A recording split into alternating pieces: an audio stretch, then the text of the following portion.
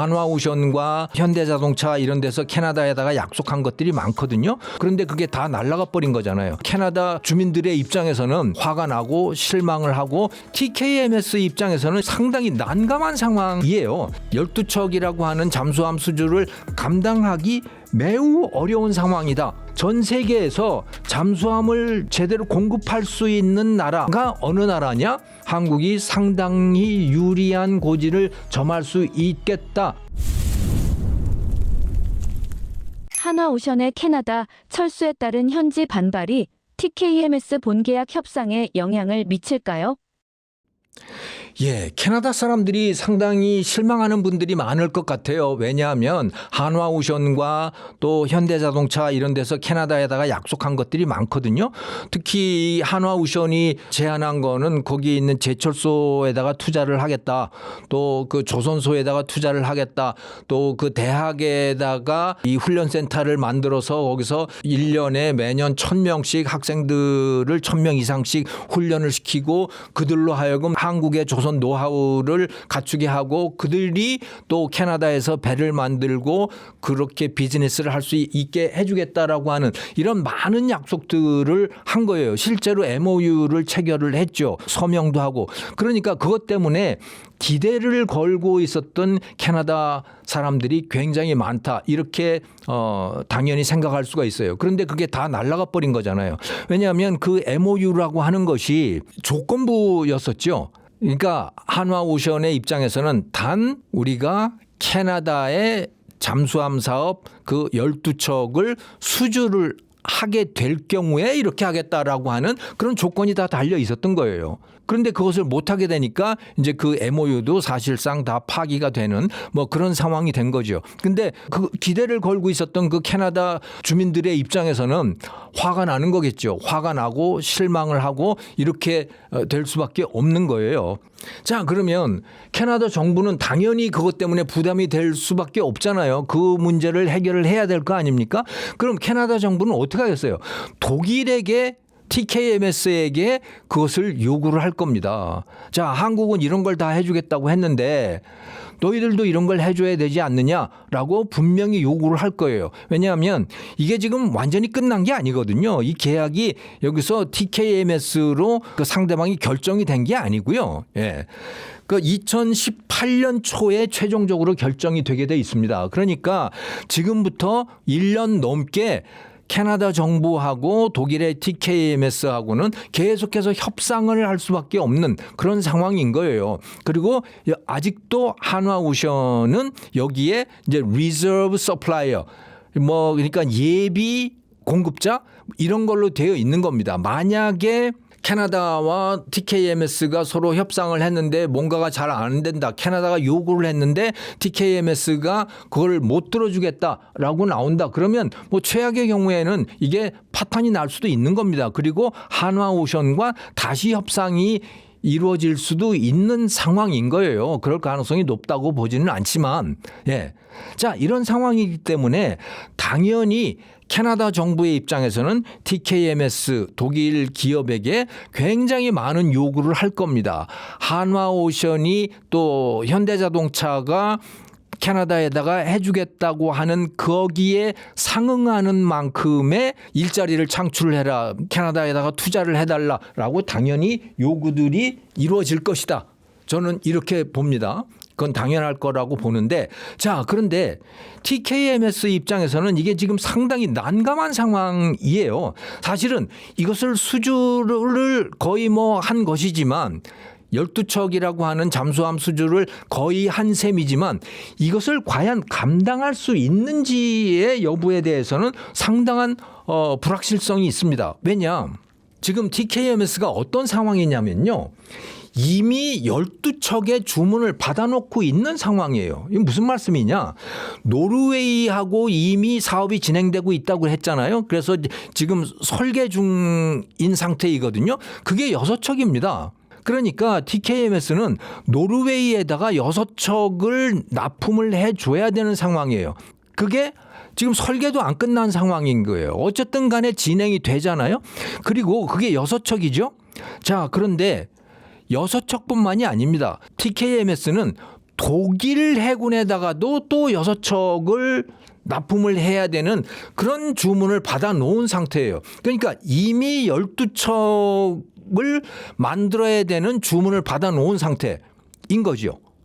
자, 그런 상황에서 캐나다에 또 12척을 납품을 해야 되는 상황이에요. 그러니까 독일 TKMS의 입장에서는 24척, 24척의 거대한 잠수함들을 만들어서 앞으로 뭐 한 15년, 한 20년 안에 그걸 납품을 해야 되는 이런 상황인 거거든요. 과연 이걸 감당할 수 있을까? 감당하기 매우 어려운 상황이다. 이렇게 보시면 되는 거예요. 왜냐? 이게 단순히 그냥 뭐 생산 설비만 늘려서 되는 게 아니잖아요. 이건 수많은 인력이 필요하지 않습니까? 그런데 독일은 그걸 할 수 있는 능력이 지금 없다고 봐도 되는 거예요. 지금 독일에서 어떤 문제가 생겼냐면 독일이 이제 그 프리게이트 호위함이라고 하는 것을 만들기 위해서 이제 그 2020년부터 본격적으로 프리게이트 사업을 시작을 했습니다. 호위함 사업을 시작을 했는데 이 호위함 사업이 지금 중단이 돼 버렸어요. 그냥 폐기 선언을 해버린 겁니다. 2020년부터 시작된 거를 올해 중단한다 이렇게 선언을 했어요. 왜 그렇게 됐느냐? 독일이 그것을 혼자 하기 힘들어서 네덜란드하고 같이 이제 협업을 한 거거든요. 컨소시엄을 만들어 가지고. 그런데 네덜란드도 그 사업이 잘 안 되는 거예요. 네. 독일도 잘 안 되는 거예요. 그래서 이 사업을 포기를 하고 다시 새로운 사업을 만들어서 지금 진행을 하기 시작을 했는데 이것은 무슨 얘기를 하는 거냐면 독일이든 네덜란드든 그게 노르웨이든 이 유럽 전반적으로 다 지금 조선 배를 만들 수 있는 능력이 급도로 지금 위축되어 있는 상황이다라고 그렇게 이해를 하시면 되는 거예요. 과거에 유럽은 배를 잘 만드는 그런 나라들, 그런 대륙이었던 거죠. 그런데 1991년에 소련이 붕괴가 되고 나서 적국이 사라지고 그러면서 이 방위 산업에 대한 투자가 급격하게 위축이 됐잖아요. 그러니까 해군 함정을 만드는 그런 예산도 급격히 위축이 된 거고 그러다가 보니까 조선소들도 특히 군사, 그러니까 해군 함정을 만들고 잠수함을 만들고 하는 것도 그러니까 극도로 위축이 된 겁니다. 거기다가 1990년대부터 중국이 본격적으로 중국 조선업이 본격적으로 커지기 시작했잖아요. 네. 그러면서 전 세계 조선 물량의 70%까지 중국이 다 점하게 되는 그런 일들이 생기지 않았습니까? 그러다가 보니까 이게 뭐 한국도 위축이 됐었잖아요. 그것 때문에. 네. 요즘에 이제 다시 한국의 조선 산업이 다시 커지고 있지만 유럽은 말할 것도 없었습니다. 그래서 극도로 유럽의 조선 산업들이 위축이 된 거예요. 이것은 단순히 시설이 위축되는 것뿐만이 아니고 더욱더 중요한 거는 인력이 사라져 버리는 거죠. 네. 조선 산업에서 사람들이 떠나게 되고 또 대학에서 조선공학을 전공하는 사람들이 생기지 않게 되고 그러면서 사람이 다 사라져 버린 겁니다. 자, 그런데 갑자기 러시아가 저렇게 공격적으로 나오면서 또 미국이 유럽의 나토의 다른 회원국들에게 너희들 자주국방해라고 계속 압력을 가하기 시작하면서 이제 유럽도 그래서 해군 함정을 만들고 잠수함을 만들어야 되고 이런 상황이 됐잖아요. 자, 그래서 시설은 늘릴 수가 있습니다. 하지만 늘리지 못하는 게 뭐예요? 바로 인력을 늘릴 수가 없는 겁니다. 그런 독일도 그렇고 네덜란드도 그렇고 프랑스도 그렇고 영국도 모든 나라들이 다 이 문제에 지금 봉착해 있다고 보시면 되는 거예요. 예. 한국은 그나마 외국인 노동자들을 고용을 해서 그들을 훈련시키는 그런 시스템을 한국은 이제 꽤 갖춰놓고 있는 상황이다. 이렇게 이해를 하시면 되는 거거든요. 그런데 유럽은 그게 안 돼 있는 거예요, 지금. 외국인 노동자를 고용을 해서 그들을 훈련시킨다. 훈련 인력조차도 없는 그런 상황인 거거든요. 그러다 보니까 자기들이 스스로 추진하고 있는 프리게이트, 호위함 사업도 스스로 파기해야 되는 이런 상황이 된 거예요. 그런데 그 독일이 지금 24척의 거대한 잠수함을 만들어야 되는 상황입니다. 이거 감당이 될까요? 그렇기 때문에 이것을 수주를 했는데, 그러니까 그 우선 협상 대상자로 TKMS가 선정이 됐는데 그러고 났더니 7월 6일이잖아요. 그게 7월 6일 날 TKMS의 주가가 1주당 93달러까지 올라갔었어요. 예, 그 이전에 75달러였거든요. 75달러가 93달러까지 올라갔다가 7월 7일부터 급락을 하기 시작해서 그게 지금 80달러, 80, 그 정도 거의 한 20% 떨어지는 그런 상황까지 간 거예요. 수주를 했는데 오히려 그게 투자자들의 입장에서 봤을 때는 이거 불안하네. 이런 판단을 할 수밖에 없는 상황이 되어 있는 거죠. 네. 자, 그만큼 TKMS의 입장에서는 이 사업을 감당하기가 쉽지 않은 상황이다. 자, 그런데 캐나다 정부의 입장에서는 그 TKMS에게 많은 것을 요구를 하겠죠. 당연히 잠수함을 잘 만들어라 라고 하는 것, 또 좋은 가격에 공급을 해라라고 하는 것을 당연히 요구를 할 거고요. 플러스 무엇을 또 요구할 겁니까? 한국이 해주겠다고 제안했던 수많은 부가적인 경제사업들이 있잖아요. 제철소에 투자한다, 조선소에 투자한다, 또 캐나다의 젊은이들에게 조선소 운영, 조선 배 만드는 것과 관련된 여러 가지 훈련을 시켜주겠다. 또 수소 트럭을 만드는 공장을 만들겠다. 이런 수많은 경제적인 이득을 우리가 제안을 했었잖아요. 그런 제안을 당연히 TKMS에게도 요구를 할 겁니다. 그럼 TKMS는 과연 그것을 감당할 수 있을까? 저는 쉽지 않을 거라고 봐요. 잠수함 24척 만드는 것도 이게 보통 일이 아닌데 거기에다가 다른 경제적 이득까지 줘야 된다?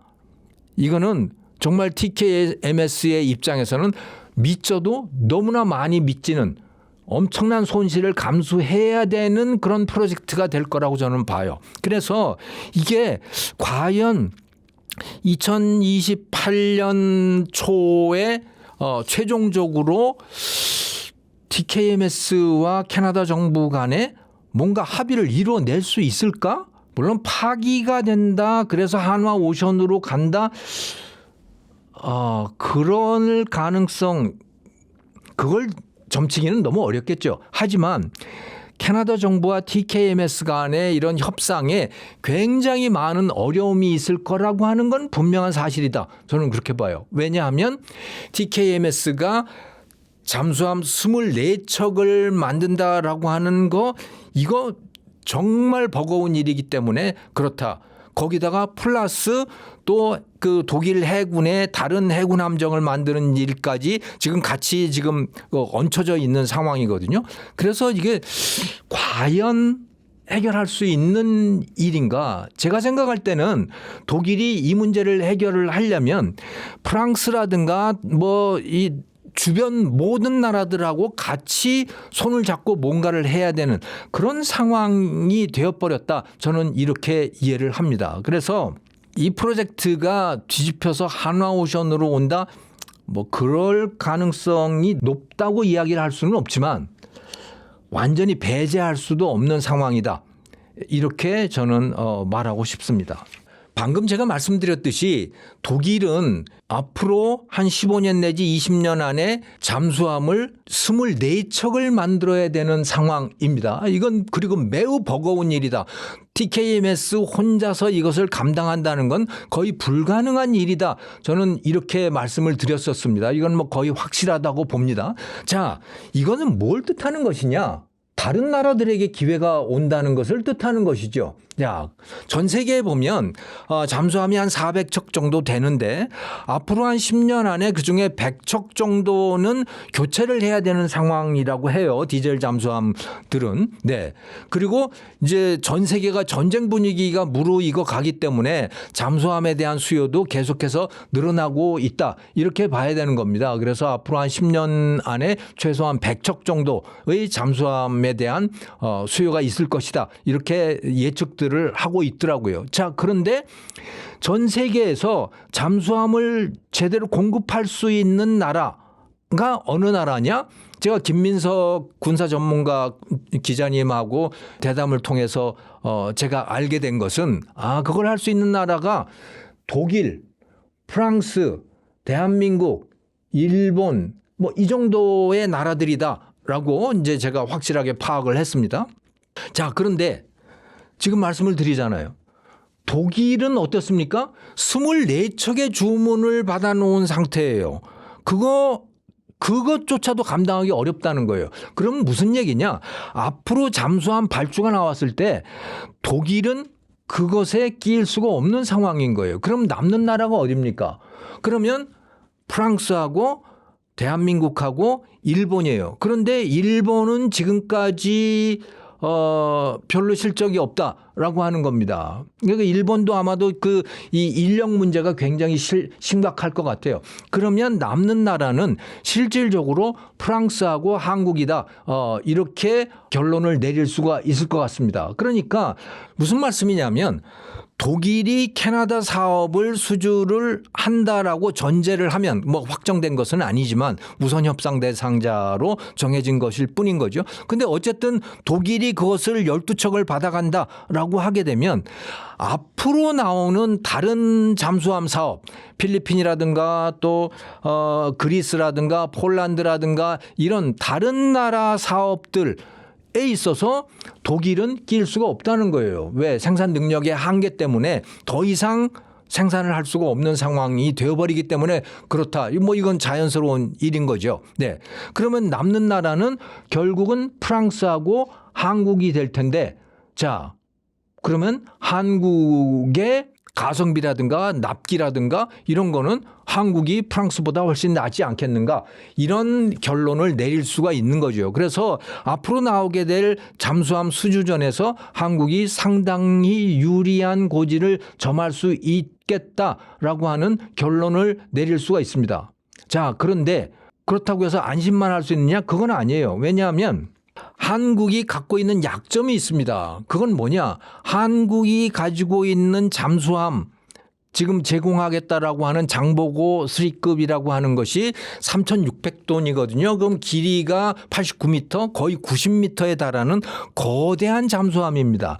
이 잠수함은 이거는 대양 작전을 하는데, 그러니까 태평양이라든가 또 대서양이라든가 이런 거 거대한 바다를 무대로 해서 작전을 하는 데는 이게 필요하다라고 하는 거예요. 하지만 잠수함을 필요로 하는 많은 나라들이요, 그렇게 대양 해군을 지향하고 있지 않다는 문제가 또 있는 겁니다. 예를 들어서 필리핀을 생각을 해보면 필리핀은 그런 대양 해군을 지향하지 않아요. 바로 자기 연안, 자기 나라 주변에 있는 낮은 바다, 얕은 바다를 무대로 하는 그런 작전을 염두에 두고 있는 거예요. 그러니까 우리나라의 장보고 3급의 그런 거대한 잠수함, 3,600톤급 잠수함보다는 필리핀 같은 나라는 오히려 한 2,000톤급, 뭐 1,000몇백 톤급의 소형 잠수함, 한 그 절반 정도가 되는 그런 잠수함들을 필요로 할 가능성이 매우 높죠. 왜? 작전 반경이 바로 그러하기도 하고, 또 나라에 돈이 많지 않기 때문에 이런 거대한 비싼 잠수함들보다는 그냥 작은 잠수함, 이걸 가지고 자기네 연안만 지키겠다라고 하는 이런 용도들이, 이런 필요를 느끼는 나라들이 많이 있는 거거든요. 그러면 그런 나라에 우리나라 한국이 그런 소형으로 이 잠수함을 축소해서 과연 제공해 줄 수 있는 것인가? 그게 그렇게 쉽지는 않을 것이다라고 하는 이런 한계가 있는 겁니다. 그러니까 이 잠수함을 하나의 새로운 모델을 개발을 해서 그것을 현물로 만드는 그 과정이라고 하는 게 보니까 굉장히 어려운 과정이에요. 시간도 보니까 한 20년씩 걸리고 그러더라고요. 하나의 모델을 설계를 해서 그거를 실물로 만드는 과정이라고 하는 게 굉장히 오래 걸리는 거죠. 장보고 3급이라고 하는 것도 사실은 그러했던 것이고요. 그래서 우리 한국이 독자적인 모델 소형 잠수함을 만들어서 그것을 시장에 내놓으려면 그게 쉬운 일이 아니다라고 하는 거예요. 그런데 현실적으로 세상에는 이런 그 소형 잠수함들을 필요로 하는 나라들이 많이 있더라라고 하는 거죠. 그거는 필리핀도 그러하고 또 폴란드도 사실은 그런 필요성을 꽤 많이 느끼고 있는 거예요. 사우디아라비아 같은 경우도 잠수함을 필요로 하지만 그 사우디아라비아가 작전을 펼치려고 하는 그 주변의 바다들이 어떻습니까? 다 이 해협들이잖아요. 좁은 바다 또 얕은 바다 이런 데들이기 때문에 거대한 잠수함보다는 소형 잠수함을 더 필요로 할 가능성이 매우 높은 거죠. 그런데 그런 관점에서 본다면 한국의 장보고소리 같은 이런 거대한 큰 잠수함 이것은 어쩌면 거기에 잘 안 맞을 수도 있다라고 하는 거예요. 그러니까 정리해서 말씀을 드리면 자, 한국은 빨리 공급을 해주고 또 값싸게 공급을 해주고 라고 하는 것 또 이 장보고 3급의 대양 해군 즉 큰 바다를 무대로 해서 작전을 펼치는 그런 용도의 잠수함을 빨리 가성비 좋게 공급을 할 수 있다. 특히 우리나라는 지금 한화 오션도 그렇고 HD 현대중공업도 그렇고 지금 비어 있는 잠수함 슬롯들이 많기 때문에 그래서 우리는 굉장히 빨리 만들 수 있는 그런 상황입니다. 네. 그렇기 때문에 우리가 앞으로 나오는 잠수함 물량들을 가지고 프랑스와 경쟁을 펼쳤을 때 우리는 납기와 가성비라든가 또 이런 거에 있어서 유리한 그런 입장이다.